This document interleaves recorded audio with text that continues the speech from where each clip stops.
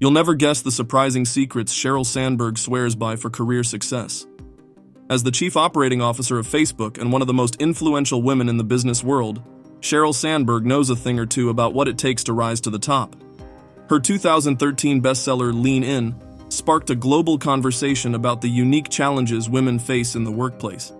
But beyond the well-known advice to lean in, Sandberg has uncovered a set of little-known secrets that she credits for her own noteworthy journey.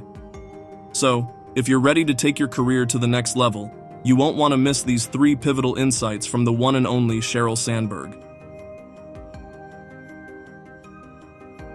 I think the most common mistake I see people make, and men make this mistake too, but women do a lot, is they're too worried about the upward trajectory and not worried enough about growth. So the 2 corporate jobs I've taken, I went from Treasury to Google, and then I went from Google to Facebook, had one thing in common, which is that they were more junior, other people's words, not mine, than other jobs I was offered.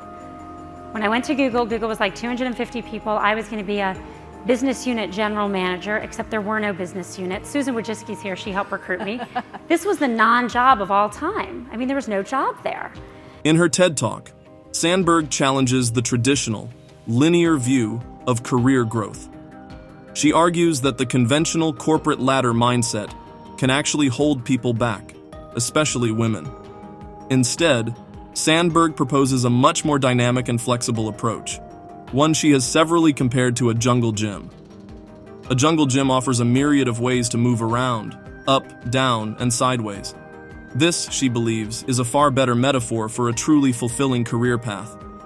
Just like a jungle gym, your career may not always follow a straight line upwards. There may be detours, plateaus, and even moments when you seem to be going in a downward direction.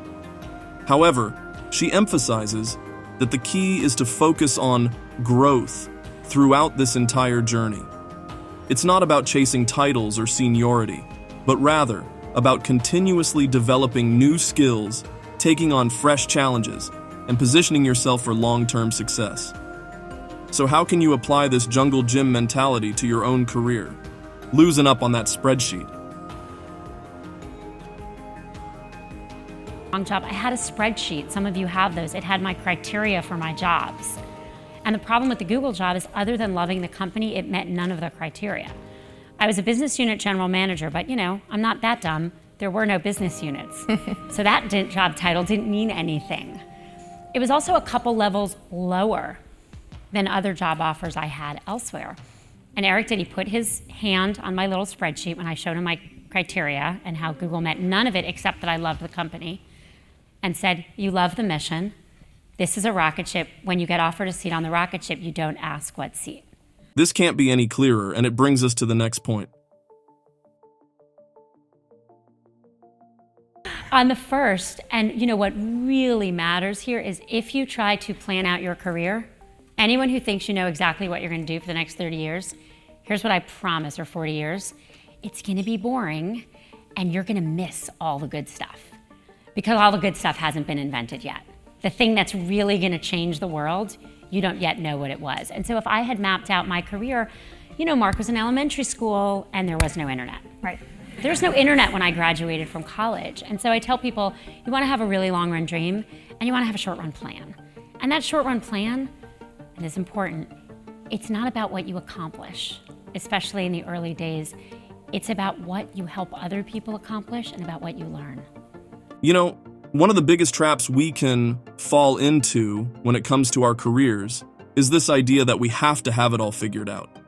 That we need to map out every single step, dotting our I's and crossing our T's, all the way from point A to point Z. But the truth is, trying to rigidly plan out your entire professional journey is not only unrealistic, but it can also actually hold you back from reaching your true potential. Think about it this way. If you'd asked someone 20 or 30 years ago what their career was going to look like, the chances are they couldn't have predicted half the opportunities and advancements that ended up reshaping their field. Heck, the internet as we know it today wasn't even a thing when a lot of us were just starting out. The point is, the future is inherently unpredictable. The jobs, the technologies, the entire landscape of our workplaces, it's constantly evolving in ways we can't always foresee. And if you try to lock yourself into a predefined, linear path, you run the risk of missing out on all the exciting, serendipitous moments that have the power to truly transform your career. Instead, what you want to focus on is cultivating a broad, long-term vision for where you want to end up. What's your North Star? What's the big, bold dream that gets you fired up every single day? That's what you keep your eye on. But when it comes to the specifics of how you get there, well, that's where you've got to stay flexible, adaptable, and open to the unexpected. Because sometimes, the most incredible opportunities arise from the things you never saw coming. I don't see that many people coming into the workplace asking what they can do for the company. Ask what you can do. I promise. You will get mentors, you will get sponsors, you will get results, you will get promotions, you will get opportunities by contributing. If it is about you, it won't happen because organizations are not about you. Organizations are about the organization and their mission. And when you serve that mission and when you work hard towards the betterment of the people around you, and I think I learned that at home, that's where real success comes from. Sheryl really hits on an important mindset shift that too many people miss when entering the workforce. It's the difference between a scarcity versus an abundance mentality. So many young professionals these days have been conditioned to view the workplace as a zero-sum game. They see limited spots for promotions, limited access to influential mentors, and a finite number of opportunities. So, their natural instinct is to go in with an every person for themselves attitude, competing selfishly to claim their piece of the pie. Instead of seeing the workplace as a competition where you have to fight for your own interests, she's urging us to see it as a collaborative ecosystem. The companies and organizations we work for don't exist solely to serve our individual needs and ambitions. They have a broader mission and purpose that we need to buy into and support. When you make that shift and start thinking about how you can be of service to that larger mission, something remarkable happens. Rather than just focusing on what you can extract for yourself, you start to see all the ways you can add value and contribute. It's counterintuitive, it absolutely works. The people who get ahead aren't the ones who relentlessly self-promote and demand the most for themselves. It's the ones who roll up their sleeves, figure out how they can be assets to the team, and make themselves indispensable. That's when the real rewards start to materialize. Want to deep dive into more of this? Subscribe for more career advice and leadership hacks. Hit the notification bell to stay in the loop.